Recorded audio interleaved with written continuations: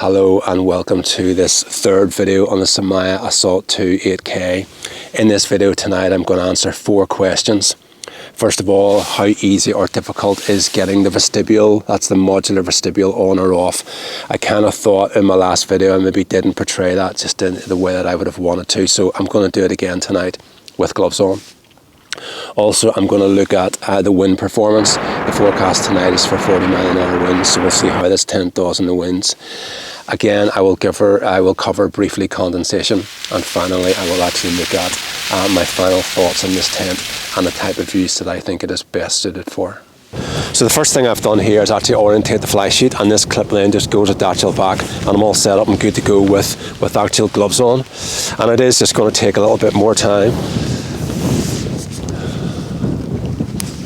And that's just the first clip on, and then these guys here just pop on like that.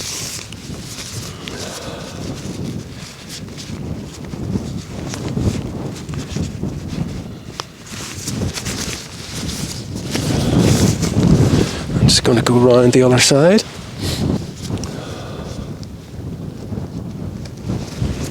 So far so good. That's just all the clips on. And then next stage really is the Velcro on, and this is the bit where sort of I think it came across that it was a bit more fiddly really than it is. So this is obviously the Velcro here, which has to go around the pole. So pop that round.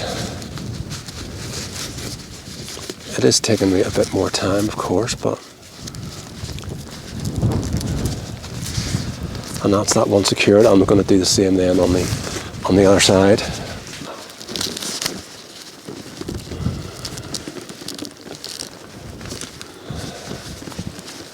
Make sure it's secure, and then from here it's just a matter of threading the pole through the pole sleeve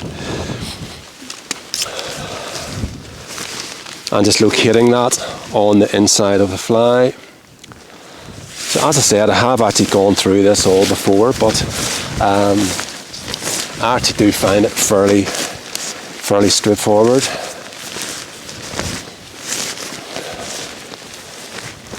That just pops out. The poles then just go down in the grommets on either side.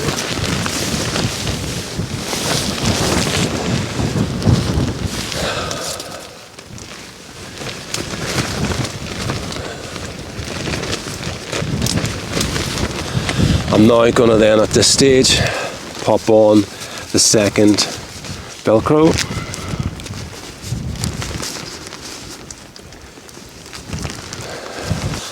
Just a matter of pulling the front out.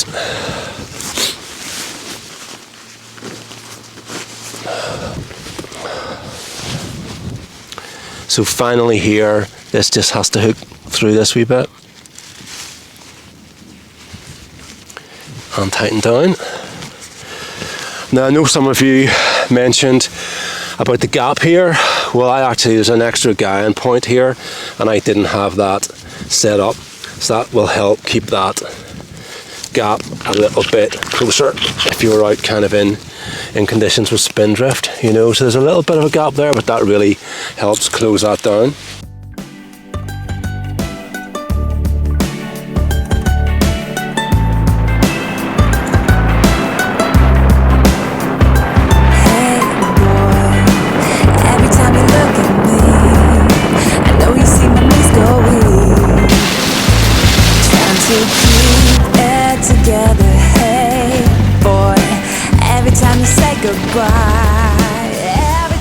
Alright, good morning. So my thoughts just on last night and this morning in this tent. So first of all, just to finalise the vestibule attachment thing, I did it with gloves on, and honestly I found it no issues at all.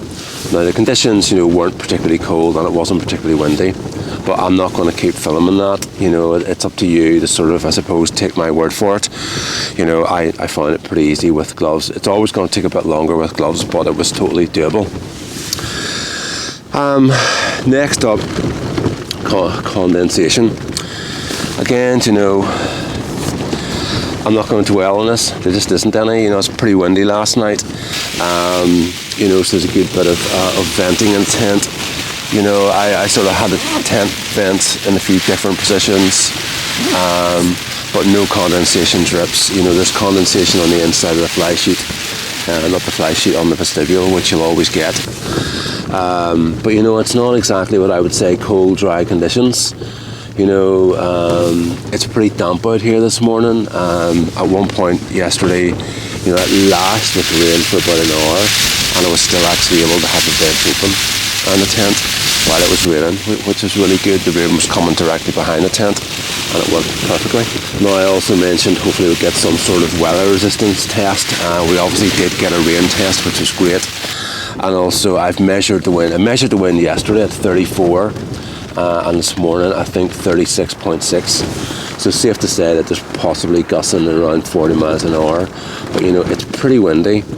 Not exceptionally windy, and again, you know, I'm not going to keep testing this tent.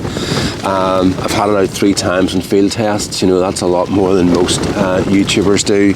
I'm sure at some stage in the future I'll film it in high winds and higher winds than that.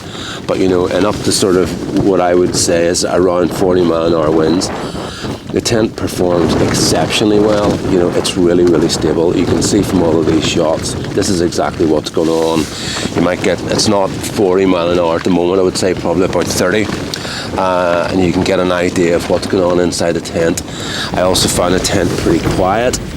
The fabric is just a bit, the breathable fabric is just a bit more, I don't know, it's a bit more rigid than sort of, I mean, it obviously is made out of some sort of nylon, but it's a bit more rigid than normal tent fabric, and it kind of vibrates more, you know, because it is under quite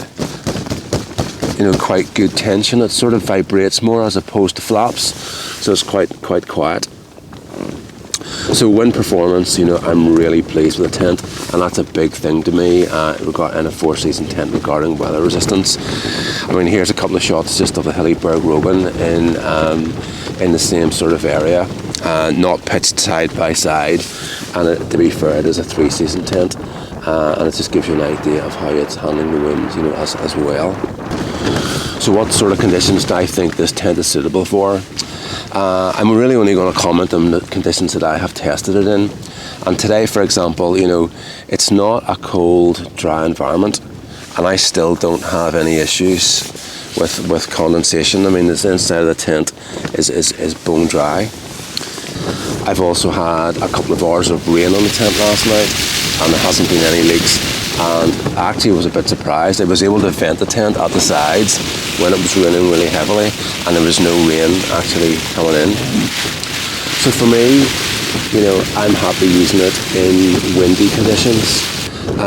There can be certain conditions that can catch out any tent regarding condensation, and to some extent it's what happens to that condensation or where it goes. The problem with a single skin tent is if it builds up on the wall, it can drip onto you, whereas on a double skin tent, if it builds up on the inside of the fly, it can drip onto the inner tent and run off. That's, I suppose, the fundamental difference. Now, my final thoughts on this tent. Personally, for me, it's, you know, I thought it was going to suit the type of conditions that I camp in, and based on what I've done so far, it definitely is. So I personally am really happy with it. I have never had a tent before with a detachable vestibule, and I actually have found that works in practice. I can use a tent on a summer night when I'm going to cook outside anyway, and I can run the tent at 1.5 kilograms, and weight is important to me. Or I can come up on a night like tonight where there's maybe going to be a bit of rain and a bit more wind, and I can run it at 2.1 kilos. And at 2.1 kilos or even 1.5 kilograms, the tent is exceptionally spacious. You know, it's pretty lightweight, and it's very, very strong. And they're the main sort of things that I'm looking for in a tent, so it's really, really suiting me. I find it very livable. I can sit up, move around in a tent. You know, I've got tons of space for one person. There's, you know, I can sit up at the front of the tent. I can sit up at the back of the tent. You know, the space in the tent is great. It doesn't feel claustrophobic in any way. The one thing I will say is, in this tent, it's a little bit darker than what I've been used to before. and I'll point that out to you. But you know, I don't find any issues with that at all. So thank you very much for watching, and I hope you've enjoyed the video. I have another tent, different tent, another 2 tents in the lineup, which I think you'd be interested in. One from Curry, an American company, and one from Terranova. You know, so I'm looking forward to getting out and testing those. So you'll not be seeing the Samaya out for a while. Hey, boy, every time you say goodbye, every time you say goodnight, I wanna steal you away forever.